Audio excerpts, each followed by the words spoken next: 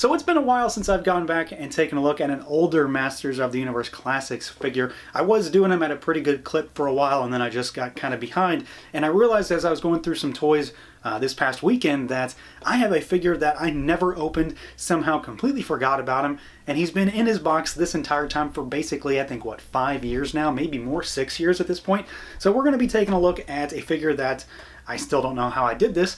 I've never opened. We have got Spikor here. This guy is in standard MOTU Classics packaging. Feels weird to say that right now. With the gray skull bricks, the lightning bolts down the front, and then we've got his bio on the back, as well as cross-sell of some figures that you definitely cannot buy new anymore. So let's just get right to it and crack this guy out and take a look. All right, and here he is out of the package. This is how he comes out of the box. I've added his weapon here just for dramatic effect as we play around with him. But this is the modern interpretation of his vintage look. So for me, this doesn't really hold a great deal of nostalgia. I didn't have his vintage figure. As I've said in other videos, you know, I wasn't really old enough to have MOTU when it was new. So I didn't really get to capitalize on a lot of that. I got a lot of stuff secondhand, and this was just never one of them. I do know him quite a bit from his Filmation counterparts, but he doesn't really look like this too much. He's not too different, but he's not exactly similar. So he just doesn't hold a lot of nostalgia for me, but I do think he's a pretty cool character. Why it took me so long to open this guy, I have no answers or excuses, but we've got him here now. So we're going to take a look at all the normal stuff. We'll run through articulation and paint and sculpt, and then we'll get right into his accessories. Now, as far as articulation goes, he is standard MOTU Classics. You're not really getting anything extra, but you're also not missing anything. So let's run through that real quick. We've got a head that can swivel a little up and down. It would move more if it wasn't for this collar on the armor piece. Arms can go out. They can swivel all the way around. Bicep swivel, single jointed elbow, rotating wrists.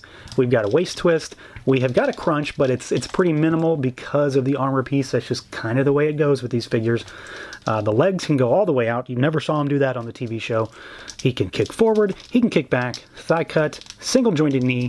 We've got a boot cut, and then we have a hinge at the ankle. Mine are really, really tight. I'm not going to chance it and break them on camera, but they are moving, and I will get them moving a little bit better as I play around with them. As far as the overall look and design of this figure, like I said, this guy is mostly kind of meant to look like his vintage toy counterpart.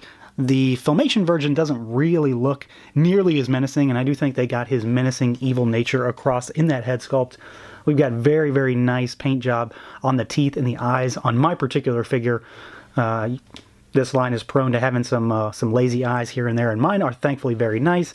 I do dig the Spike aesthetic. I mean, it kind of goes with the nature of the character. That's the point of it. We do have his Trident on his left arm, and it will mimic the action feature, and we'll talk about that with accessories. But for the most part, as far as the overall figure goes, he's just your standard MOTU Classics figure. Standard arms and legs and all that, basically the exact same stuff. The armor is removable. You can pop it off. We do have a little bit of paint here and there on the bracers, the boots, the belt, and then some on the armor piece, which is unfortunately kind of sloppy around the collar piece for my figure. I'm not too concerned about it at this point. Obviously, I waited this long to open him. I must not be that concerned, but it is kind of sloppy. And one of the oddities about this figure is in the paint applications and the plastic molding, because this guy, which I forgot about until I started moving his joints around, his limbs are molded in black plastic and painted over. I'm assuming they did that to match color tones correctly, but at the end of the day, that will ultimately lead to some problems. I've already got some black showing through in the knee joints down here. I don't know if you can see that. And then in the elbow joint as well. So we've seen that with a few figures in the Matty Collector MOTU Classics line, and I know that it's always kind of been a weird issue. I imagine it's probably because of the fact that the hands might not match the same color as the arms if everything was molded together in the same color, but I don't believe the hands are molded in purple either, so it's all kind of a weird mishmash. I don't know why they did it. I would never prefer to have molded plastic painted over in such great detail, but at the end of the day, this many years later, what am I supposed to do about it? They do look fine as far as like from the outset goes, but over time, I know that will start to chip, especially in the joints. I don't really have too much concern about it anywhere else. It's mostly those joints. Otherwise, the arms and legs do look good because there's a bunch of shading on that musculature, which is pretty standard for MOTU Classics as well.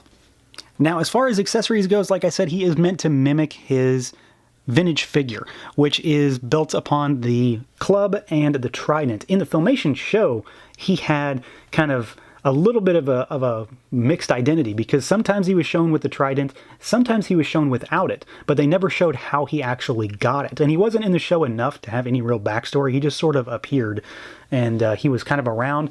And I remember in one episode in particular, he shows up and then he disappears without any explanation either. So who knows? I'm not really sure what the end result of all that was supposed to be. But in the vintage figure, he came with the club, he came with the trident, and the trident would extend.